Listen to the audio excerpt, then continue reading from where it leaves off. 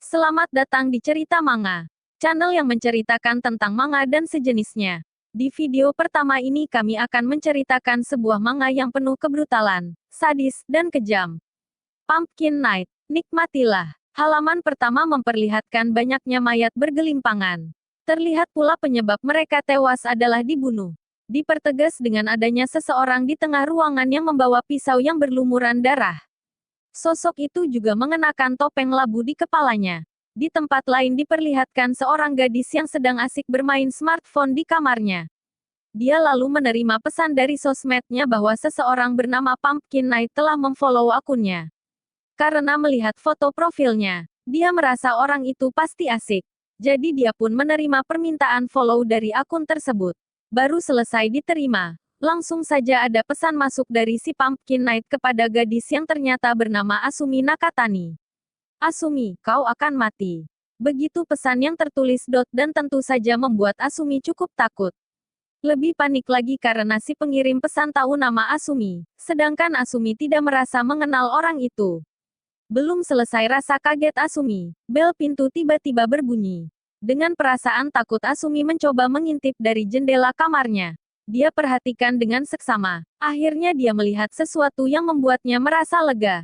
Dia bisa melihat sebuah paket dari pesanannya secara online. Dia pun melangkahkan kaki untuk membukakan pintu. Namun saat pintu terbuka, si pembawa paket justru langsung ambruk ke arah Asumi dan membuat Asumi sangat terkejut. Kepala si kurir bersandar di dada Asumi, hingga Asumi bisa melihat lubang yang cukup besar di bagian belakang kepalanya. Darah pun mengucur begitu banyak hingga membasahi baju seragam Asumi. Asumi mundur dan membiarkan mayat si kurir terjatuh ke lantai. Dia dengan cepat melihat ke pintu. Di depan kamarnya berdiri seseorang yang menutupi kepalanya dengan labu seperti pada perayaan Halloween. Orang itu mengangkat tangannya yang menggenggam sebilah pisau berukuran besar. Tak menunggu lama, sang pembunuh langsung menghujamkan pisaunya ke arah Asumi. Asumi bereaksi cepat menutup pintu untuk menghalangi serangan itu. Dia jatuh terduduk di lantai, air matanya mengalir karena ketakutan. Dia bingung dan panik. Tak lama, dia teringat HP-nya. Dia lalu menghubungi temannya untuk coba meminta pertolongan. Orang yang dihubungi Asumi bernama Kazuya. Asumi langsung teriak minta tolong, tapi Kazuma sepertinya tak mendengarkan. Dia malah membahas hal lain. Dia telah kabur. Begitu kata Kazuya di ujung telepon. Tapi jawaban Kazuya justru membuat Asumi terlihat bingung. Naoko telah melarikan diri, lanjut Kazuya. Apa kau sudah lupa? Naoko Kirino, teman kita waktu SMP dulu. Kazuya mencoba mengingatkannya. Dia kan dimasukkan ke rumah sakit jiwa, Kazuya melanjutkan. Tapi pagi ini dia membunuh semua perawat dan pasien di sana, lalu melarikan diri, lanjut Kazuya lagi. Tidak mungkin. Asumi akhirnya menjawab dengan suara bergetar. Kalau tak percaya, coba lihat di TV. Ada kok beritanya. Kata Kazuya meyakinkan Asumi. Naoki Kirino itu orang yang kita bully semasa SEM. Namun, jelek. Belum selesai Asumi dengan kebingungannya. Sebuah pisau besar menancap di punggungnya. Asumi berbalik dan berteriak kesakitan. Tapi si pembunuh tak memberi ampun. Dia malah kembali mengayunkan sebuah benda dari besi ke wajah Asumi hingga mata Asumi berlubang. Isinya tertarik keluar dan menempel ke alat itu. Asumi pun makin menjerit kesakitan. Dia sempat meminta maaf kepada si pembunuh dengan menyebut nama Naoko. Tapi si pembunuh tak menanggapi. Si pembunuh hanya menunduk dan mengambil HP Asumi yang masih terhubung dengan Kazuya yang memanggil-manggil Asumi. Asumi pun memanfaatkan peluang untuk kabur.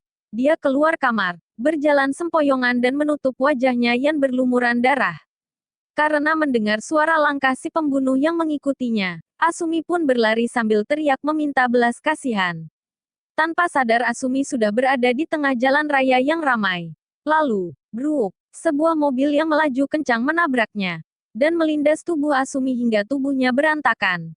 Bahkan kakinya terpisah dari tubuhnya. Si pembunuh berhenti mengejarnya. Dari dalam lorong dia menyaksikan tubuh Asumi yang berantakan dan kini dikerumuni banyak orang. Sementara HP Asumi masih menyala di genggaman tangan si pembunuh. Dia mendengarkan suara Kazuya yang memanggil-manggil Asumi dengan khawatir. Asumi sudah tak ada. Si pembunuh berbicara pada Kazuya lewat telepon dengan suara agak parau. Dia sudah mati. Berikutnya giliranmu, kata si pembunuh yang membuat Kazuya merinding takut mendengarnya. Besoknya di sekolah Asumi diadakan upacara berkabung untuk Asumi. Terlihat teman-temannya yang menangis sedih. Kazuya sendiri ada di luar ruangan dan masih mengingat kejadian saat Asumi meninggal. Tak lama kemudian ada 3 orang yang mendatanginya. Arata, Saki, dan Naruto. Mereka membicarakan tentang jangan lapor polisi. Seolah-olah mereka ada kesalahan hingga takut ketahuan polisi. Apa yang sebenarnya terjadi? Siapa pembunuh Asumi? Apakah seseorang bernama Naoko yang membunuhnya? Dan apa yang berusaha disembunyikan Kazuya dan teman-temannya?